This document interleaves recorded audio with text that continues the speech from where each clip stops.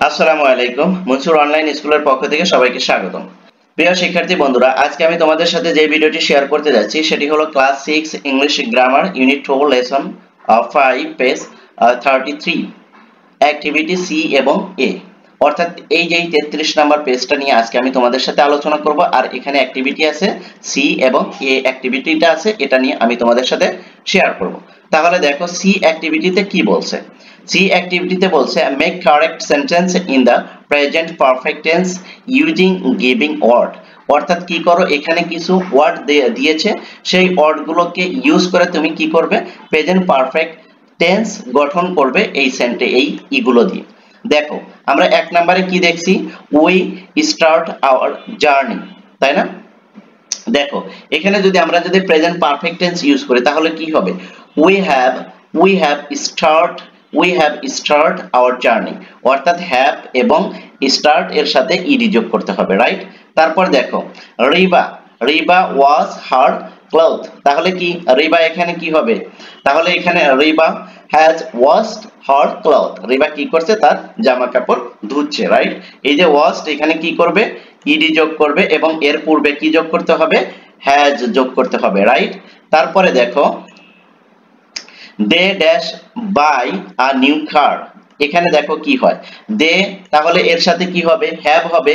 They have, বাইটা আছে এখানে কি ব্রট হয়ে যাবে, they have bought a new কার। সে একটি নতুন গাড়ি, তারা একটি নতুন গাড়ি কিনেছিল।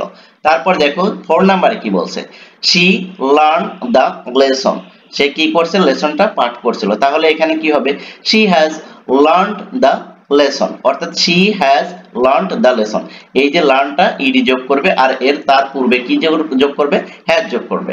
তারপর দেখো 5 নম্বরে কি বলছে, he not come back from school. সে কি করবে, not come back from school, সে স্কুলে ব্যাক করবে না। দেখো এখানে কি হয়, এখানে হি এর পরে কি হবে, হি হ্যাজ হবে, তারপরে কি হবে নট, তারপরে কি হবে কাম।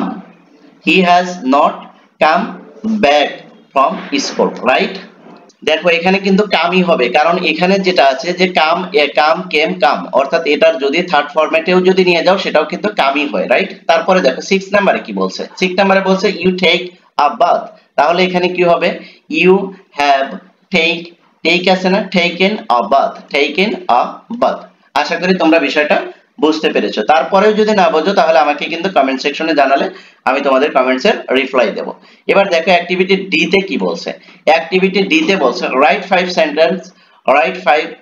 Sentence in the present perfect tense, describe what you have done in the afternoon today. এই যে এখানে যে সেন্টেন্স, অর্থাৎ 5টা সেন্টেন্স তুমি লিখবে আফটারনুন টুডে, আজকের বিকেল বেলা সম্পর্কে, রাইট? ডিসক্রাইব করবে। সো এটা আমি তোমাকে এখন দেখাচ্ছি না, এটা তোমরা এইচডব্লিউ করবে, রাইট? এটা তোমাদের জন্য হোমওয়ার্ক থাকবে, এটা তোমরা এইচডব্লিউ করে আমাকে দেখাবে। আর যারা পারো না তারা অবশ্যই কমেন্ট সেকশনে জানাবে, আমি তোমাদেরকে এটা কমপ্লিট করে দেব, ওকে? এবার দেখো আমরা এখন একটু এই পেজেরই 33 নম্বর পেজেরই আমরা আলোচনা করব লেসন 5 নিয়ে। এখানে কি বলছে দেখো, এখানে বলছে প্রেজেন্ট পারফেক্ট কন্টিনিউয়াস টেন্স। আমরা এর আগে প্রেজেন্ট পারফেক্ট টেন্স নিয়ে আলোচনা করেছিলাম, এখন আমরা আলোচনা করব প্রেজেন্ট পারফেক্ট কন্টিনিউয়াস টেন্স নিয়ে। দেখো প্রেজেন্ট পারফেক্ট কন্টিনিউয়াস টেন্সের যদি স্ট্রাকচারটা যদি একটু দেখো তাহলে কিন্তু বোঝাটা অনেকটাই সহজ হয়ে যাবে। এর স্ট্রাকচারটা হচ্ছিল subject plus have has been plus ভার্বের one plus ING plus extension, right? এটা একটু তোমরা একটু মনে করবে, মনে রাখলে তাহলে কিন্তু এই টেন্সগুলো ধরাটা তোমাদের জন্য অনেকটাই সহজ হয়ে যাবে। দেখো এখানে কি বলছে, এই অ্যাক্টিভিটিতে কি বলছে, দেখো read the following telephonic conversation between two friends and notice the sentence in bold। অর্থাৎ কি বলছে, এই প্যাসেজটা পড়ো, ফলো করো। টেলিফোনিক কনভারসেশন, অর্থাৎ টেলিফোনে যে কনভারসেশন করছে বিটুইন টু ফ্রেন্ডস, দুজন বন্ধুর মাধ্যমে যে টেলিফোনে একটা কনভারসেশন হচ্ছে সেটাকে তোমরা কি করো, ফাইন্ড আউট করবে, বোল্ড করবে যে এখানে কোনটা কোন ভার্ব বা কোন টেন্স ইউজ করা হয়েছে, রাইট? ওকে, তাহলে আমরা একটু প্যাসেজটা একটু দেখি, প্যাসেজে কি বলছে সে সম্পর্কে আমরা একটু আলোচনা করি। দেখো আজাদ কি বলছে, হ্যালো আজাদ স্পিকিং। কি বলছে, আজাদ বলল হ্যালো, আজাদ স্পিকিং, আজাদ কথা বলছিল, রাইট? মোবাইলে আমরা যে কনভারসেশন গুলো সাধারণত করে থাকি সেরকমই এই কনভারসেশনটা, ওকে? তারপর দেখা দিস ইজ আসিফ হিয়ার, এখানে আসিফ হিয়ার মানে আসিফ বলছি। হোয়াট আর ইউ ডুইং, তুমি কি করছো, right? What are you doing. তারপর দেখো আজাদ ওয়াচিং টেলিভিশন, আমি কি করছি, টেলিভিশন দেখছি। তারপর দেখো আসিফ বলছে how long have you been watching it, how long কতক্ষণ যাবত, have you been watching television, তুমি কতক্ষণ যাবত টেলিভিশন দেখছো, এরকম বলছে।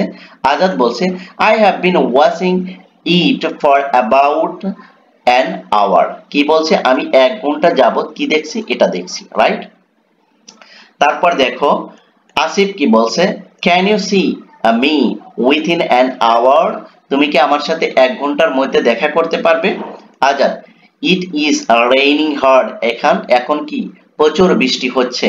Asif since when has it been raining, এখানে কতক্ষণ কি বলে যে এখানে কতক্ষণ যাবত বৃষ্টি হচ্ছে, কি বলছে যে since when has it been raining, এখানে কতক্ষণ কখন হতে বৃষ্টি হচ্ছে, রাইট?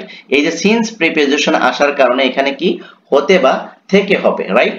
তারপর দেখো আজাদ বলছে it has been raining since 7 o'clock, অর্থাৎ 7 ঘন্টা সকাল 7টা হতে কি হচ্ছে, বৃষ্টি হচ্ছে, রাইট? এরকম অর্থ দেয় it has been raining since 7 o'clock, অর্থাৎ কি সকাল 7টা হতে বৃষ্টি হচ্ছে, 7টা হতে বৃষ্টি হচ্ছে। তারপর দেখো মিনিংটা 7টা হতে বৃষ্টি হচ্ছে। তারপর দেন কাম when the rain stops, then come when the rain stops, যখন বৃষ্টি থেমে যায় তখন তুমি এসো। Okay bye, okay bye. তারপর দেখো এখানে কি বলছে, this sentence is bold refer and to an incomplete action, right? This sentence bold, যেখানে বোল্ড করা আছে সেগুলোর কি ইনকমপ্লিট অ্যাকশন, এখন এগুলোর কাজগুলো কিন্তু এখনো কি হয় না, কমপ্লিট হয় নাই প্রপারলি। হুইচ স্টার্ট, যখন স্টার্ট হয়েছিল, ইন দা পাস্ট, অর্থাৎ কি পাস্টে স্টার্ট হয়েছিল, but it is still going now, কিন্তু এখনো এটা চলমান রয়েছে। They are example of the present perfect continuous tense, আর এটাকেই প্রেজেন্ট পারফেক্ট কন্টিনিউয়াস টেন্স বলা হয়। অর্থাৎ যে কাজটা পূর্বে শুরু হয়েছিল বাট এখনো সেই কাজটা কি আছে, চলমান আছে, সেটাকে কি বলবো আমরা, সেই সিচুয়েশনটাকে আমরা বলবো প্রেজেন্ট পাস্ট কি প্রেজেন্ট পারফেক্ট কন্টিনিউয়াস টেন্স, সেটাকে আমরা কি বলবো, present perfect continuous tense. Okay, তাহলে এবার এখানে দেখো look at the sentence again, আর সেন্টেন্সটা আবার দেখো, এন্ড সি দ্য ভার্ব, এবং ভার্ব গুলো ফ্রম দ্য ইজ সেন্টেন্স, এই সেন্টেন্সে কি করো, ভার্ব গুলোকে আবার দেখো, তাহলে হয়তো বা বোঝা আর একটু সহজ হবে। তাহলে আজকে এই পেজে আমরা যেটা আলোচনা করলাম সেটা হলো যে অ্যাক্টিভিটি ডি, সি এবং এই লেসন 5 এর অ্যাক্টিভিটি এ নিয়ে আলোচনা করেছি। যে অবধি পর্যন্ত আলোচনা করেছি এগুলোর মধ্যে যদি তোমাদের বোঝা কোনো সমস্যা হয় তাহলে অবশ্যই তোমরা আমাকে কমেন্ট সেকশনে জানাবে, আমি তোমাদের কমেন্টসের রিপ্লাই দেবো ইনশাআল্লাহ। থ্যাংক ইউ সো মাচ, আল্লাহ হাফেজ।